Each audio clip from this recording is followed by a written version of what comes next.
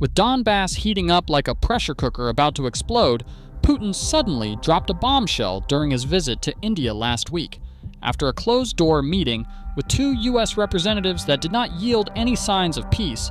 He declared, "Either we liberate these territories by force, or the Ukrainian army will leave by itself."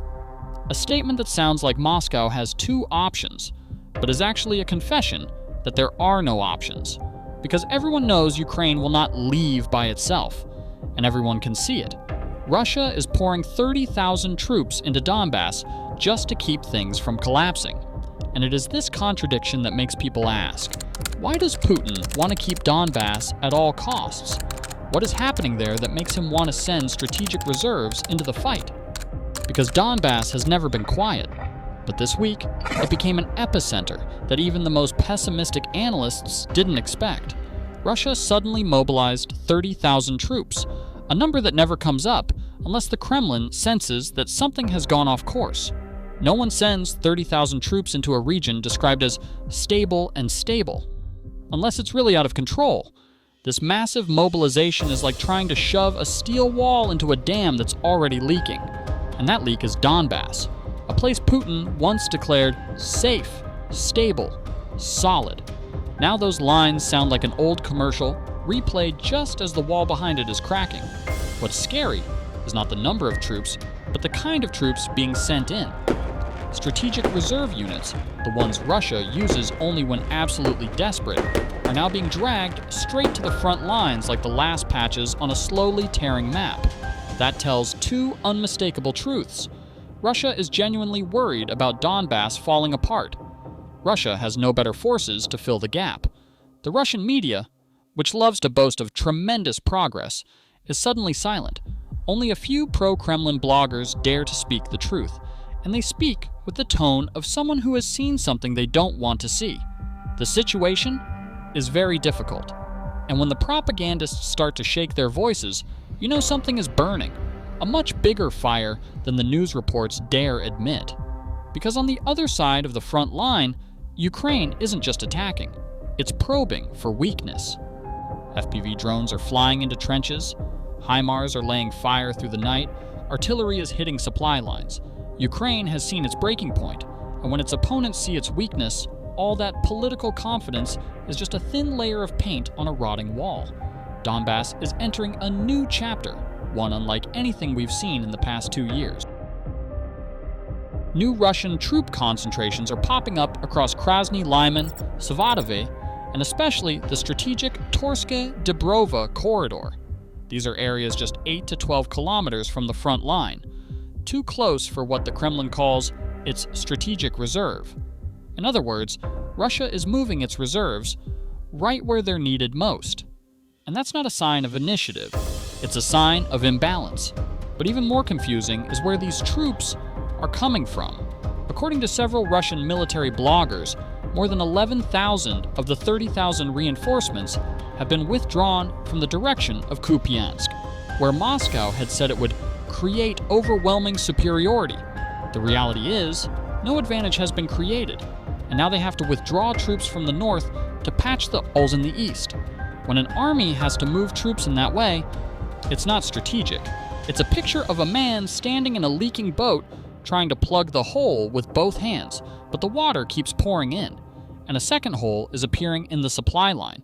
Russia has just opened temporary logistics points near Starobilsk and Rubizhne, 70 to 85 kilometers from Donetsk. This shows that the main supply line through Makiivka is almost unusable, after being hit by HIMARS 6 times in 10 days.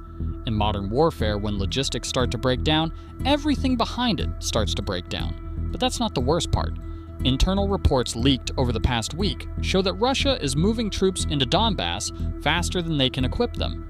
22% lack full armor, 14% lack long-range radios, nearly 30% have never seen combat.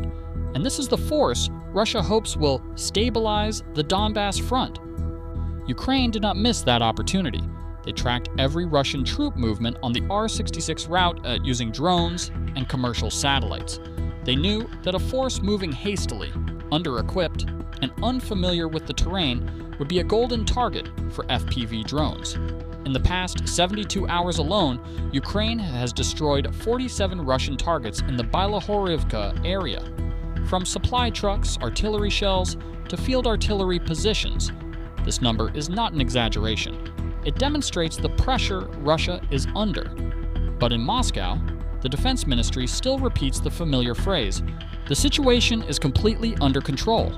But the reality is, when a country loses an average of 600 to 800 soldiers a day and still has to throw 30,000 troops into a single area to keep it from collapsing, the only thing that is controlled here is language. And that's when it hit home. The Kremlin was losing its rhythm in information, losing its rhythm in military organization, and most importantly, losing its rhythm in psychological warfare. In Donbass, once declared liberated, Russia now had to throw in enough troops to launch a new campaign, just to keep it from collapsing. For the world, Donbass is a war zone, but for Putin, it is the final report card he has been avoiding for 2 years. And when 30,000 troops are thrown in not to attack, but to prevent collapse, everything becomes too clear to hide. Putin has always loved vague phrases like, "The situation is stable," "Everything is according to plan," phrases used when nothing is according to plan. But Donbass is no place for vagueness. Here, the battlefield crushes all empty words in seconds. The Russian troop influx into Donbass like water overflowing a dam shows what the Kremlin can no longer hide. Putin is afraid. Not afraid of Ukraine, but afraid of the system itself, which is crumbling every day. The image of 30,000 troops running toward Donbass doesn't look like strategy. It looks like someone trying to block a burning room with a curtain. And the truth is simple. If everything went according to plan, they wouldn't need to send more troops. If Donbass were stable, Putin wouldn't be tensing up every time he got a report. If the operation was going smoothly, pro-Russian bloggers wouldn't be screaming that things were getting worse by the hour. While Russian generals try to appear calm, Putin's expression says otherwise. He's seeing the first cracks in the wall of power he's built for 20 years. Donbass was once called the place where victory begins. Now it risks becoming the place where Putin's most feared question begins. Putin declared that Russia would protect Donbass forever. But looking at the Russian troops being dragged back and forth like pieces about to be knocked off the board, people no longer ask, how will Russia defend Donbass? But rather, is Russia still strong enough to defend itself? Because the truth, which Putin cannot control, is very clear. No one puts 30,000 troops in an area if they already control it. Donbass is showing the signs that any front line has before it collapses. Defenses are weakened, reserves are depleted, and fighting spirit is beginning to crack. Points once considered impregnable, like Marinka, Avdiivka, Bakhmut, or Horlivka, are now like cracks running down an old dam. Ukraine doesn't need to take them now. It just needs to wear Russia down faster than it can replenish them, and this is happening every day. When an army has to burn the last layer of reserves, it means there's nothing left behind. Donbass is now like a house on fire on the first floor, and people are throwing all the valuables from the second floor down to the first floor. Putin understands the danger, but has no choice. Russia is fighting with the last thing it has, time. Without needing to liberate immediately, Ukraine focuses on destroying warehouses, destroying logistics, destroying the rotation route, and especially destroying the enemy's morale. Trenches can be rebuilt, bunkers can be reinforced, but once morale is broken, everything breaks. Donbass cracks, epas. Russia must withdraw troops from Zaporizhia, Kherson to patch el South. The south is open. Crimea is under direct pressure. It is not just a military defeat, but a strategic defeat, one that could shake the Kremlin itself. Russia is no longer fighting to gain more land, but to hold the regions it claims already belong to Russia. Throwing 30,000 troops into Donbass is not a sign of strength, but a sign of a system slipping away. The battlefield speaks for itself. If you have to constantly push troops into one place, it means you are losing it. Donbass is now not just a front, but the final test of Putin's narrative of control. The cracks are widening, and the biggest question is no longer where Ukraine will fight, but will Russia have enough strength to hold Donbass before the entire front begins to collapse?